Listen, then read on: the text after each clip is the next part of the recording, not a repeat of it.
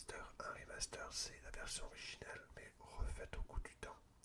Et une version remake, c'est une version, on va dire, légèrement modifiée, mais assez fidèle à l'original. Vous comprendrez quand vous verrez un petit peu le let's play, je vous expliquerai pourquoi. Donc Tomb Raider Anniversary. Il reprend le tout premier Tomb Raider sorti en 1996.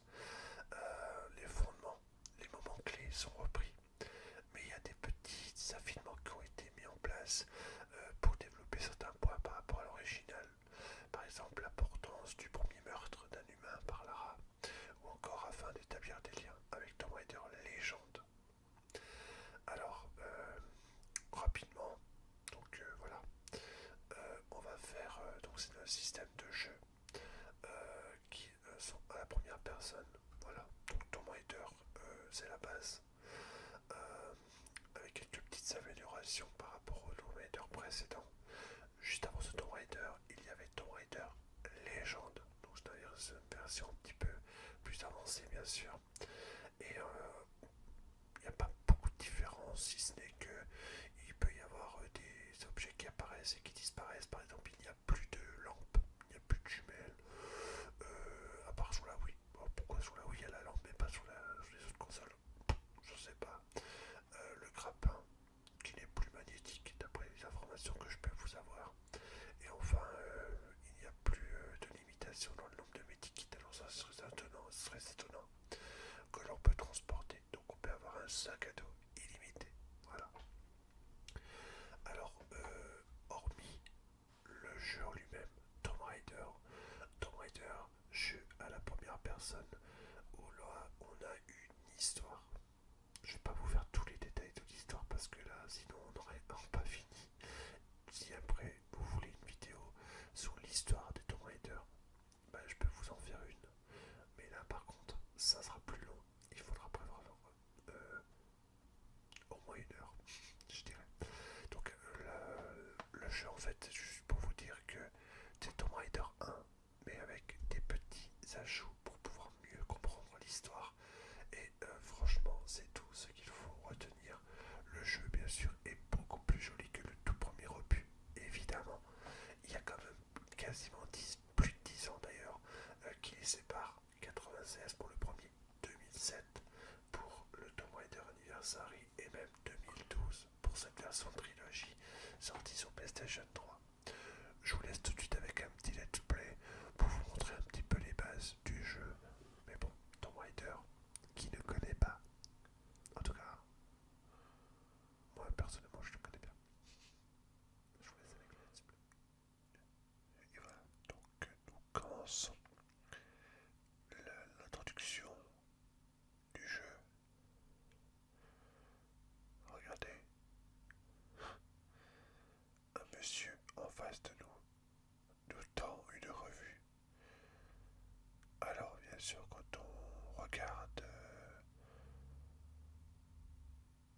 la vidéo, on se demande d'ailleurs si cela fait partie du jeu original Tomb Raider sur PlayStation ou Sega Saturn. Évidemment, la réponse est non. Pourquoi? Parce que ce n'est pas un remaster, c'est un remake. En fait, la différence qu'il y a entre un remaster et un remake, c'est une version, on va dire, un petit peu modifiée, améliorée de l'original, alors qu'un remake, remaster, pardon, c'est simplement l'original, mais avec les refaits, mais sans aucune modification. Alors dans ce premier niveau de Tomb Raider Anniversary, c'est un niveau qui ne figure pas dans le Tomb Raider original.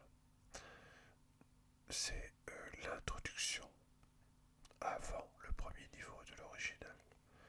Donc c'est un petit peu, comment dirais-je, un complément d'information au jeu original. Alors, donc nous voyons Lara Croft évidemment, personnage iconique, en compagnie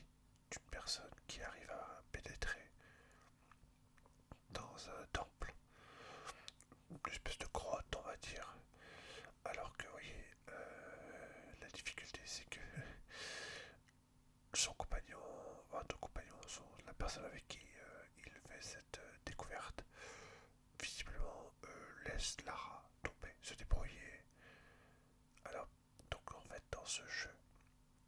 Le premier niveau fait office de didacticiel, alors que lorsque vous commencez dans Tomb Raider 1, bah en fait il n'y a pas de didacticiel. Donc là nous sommes sur la PlayStation 3, le jeu originalement est sorti sur PlayStation 2. Alors bien sûr les maniements par rapport au premier opus est différent. Pourquoi? Parce que dans le premier opus, on utilise une croix directionnelle pour jouer, parce qu'il n'y avait pas encore de joystick à l'époque, alors que sur cette version Remasters Anniversary, donc remake, pardon, excusez-moi, remake, bah en fait on utilise le joystick analogique. Alors pour ceux qui, entre guillemets, connaissaient Tomb Raider 1, jouez régulièrement à Tomb Raider 1 et joue directement de Tomb Raider 1 original à celui-là, sera peut-être un peu surpris par le maniement de Lara Croft qui est un petit peu différent. Ça paraît rien comme ça, mais je peux vous assurer que pour avoir fait l'expérience, eh ben, il m'a fallu un certain temps pour m'habituer à l'utilisation du joystick plutôt que de la croix. Bon. Alors nous pouvons voir ici aussi qu'on a des petites subtilités comme le maintien dans les corniches, le saut de corniche. Vous voyez cela, à l'origine on n'a pas ces fonctions-là, mais en fait le jeu a été mis au goût du jour, mais en même temps retrace une grande partie de l'histoire originale. Alors pour ce live ASMR, vous avez en prime donc là un niveau qui ne figure pas dans le premier Tomb Raider, hein, c'est une introduction. On voit donc l'instruction figurant sur l'écran, comme comment faire un petit saut, un grand saut, l'utilisation de la caméra, etc. etc. Et bien sûr, ce qu'on peut remarquer, c'est bien sûr la beauté des graphiques par rapport au tout premier original, ce qui semble logique puisqu'on passe d'un format vidéo VGA, donc avec une résolution complètement pourrie. Mais bon, sur un écran cathodique à l'époque, c'était pas visible. Alors que là, on est en HD quand même, sur une PS3. Alors bien sûr, le jeu n'est pas parfait comme vous avez pu voir là. Il y a eu des petits bugs au niveau du, du saut sur le rocher. Des petits sautements, des sentiments. Et oui, alors là j'essayais de prendre en main le jeu. Pas facile. Je vous passe un petit peu les détails parce que sinon on va pas s'en sortir. Alors un petit peu, une fois que je suis rentré à l'intérieur de la grotte, on a bien sûr, comme dans tous les Tomb Raider, des énigmes à résoudre. Alors là on est après quelques minutes de réflexion, je dirais environ un quart d'heure de réflexion. Dans cette zone, on va dire une zone couverte avec une porte qui est fermée, un verrou qu'on doit identifier et aussi on doit trouver comment le déverrouiller. Mais autant des fois dans Tomb Raider, il y a des évidences, genre un interrupteur pour une porte avec la petite cinématique qui va très bien. Autant parfois, eh ben, il faut observer encore et encore et surtout aussi écouter.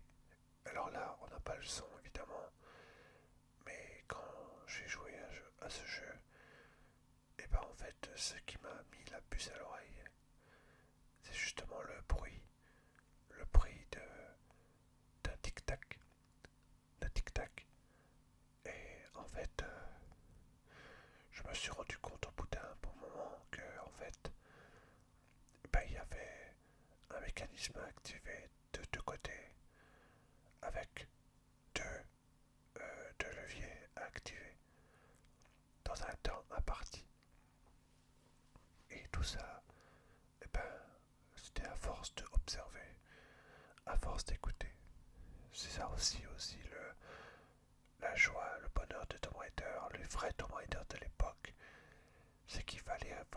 réfléchir, il y avait des énigmes où tu avais très peu d'indications. Euh, et voilà. Alors certainement que dans les Tomb Raider aujourd'hui, on aurait encore ça. La grande différence, c'est peut-être la caméra qui est différente, la vue à la première personne plutôt que la vue à la troisième personne. Bon, on n'aime pas, on s'adapte ou on s'y adapte pas. Moi je fais peut-être des parties de nostalgie qui disaient c'était mieux avant. Chacun a son opinion, en tout cas moi personnellement, Tomb Raider jusqu'à l'Ange des Ténèbres était très bon. Et après j'ai décroché. Alors pourquoi j'ai décroché? Bah le gameplay, qui était trop différent. Bon, bien sûr les bugs étaient encore là. C'est pas parce qu'on est sur PS3 qu'on a plus de bugs. Mais bon, là je tourne en rond, je fais n'importe quoi. On va essayer de trouver la solution à l'énigme. Parce que sinon on va pas s'en sortir. Alors après, une grande réflexion. Le temps passe, le temps passe, le temps passe. Et en fait, il fallait aller très vite entre activer l'interrupteur de gauche et activer l'interrupteur de droite. Et voilà, ici j'ai encore échoué. Et tout simplement, voilà, comme ça, pour ouvrir la porte, il y avait visiblement un sens, un chemin plus rapide que l'autre. Il fallait être très rapide. Et en fait, le fait d'ouvrir les interrupteurs dans un sens ou dans l'autre permettait simplement, eh ben, de pouvoir ouvrir la porte, déverrouiller la porte. Ce qui comptait, c'était de déverrouiller les deux interrupteurs dans le plus rapidement possible. Et pour passer d'un côté à l'autre, le plus rapide c'était passer, non pas de gauche à droite, mais de droite à gauche. Et regardez bien, maintenant, les deux côtés sont ouverts. Et enfin, et ben la porte peut se débloquer avec l'interrupteur central qui était caché par terre en fait. Et là, le premier tableau est terminé. Que ce fut long, que ce fut long ce passage, mais j'en suis très ravi d'avoir pu le terminer.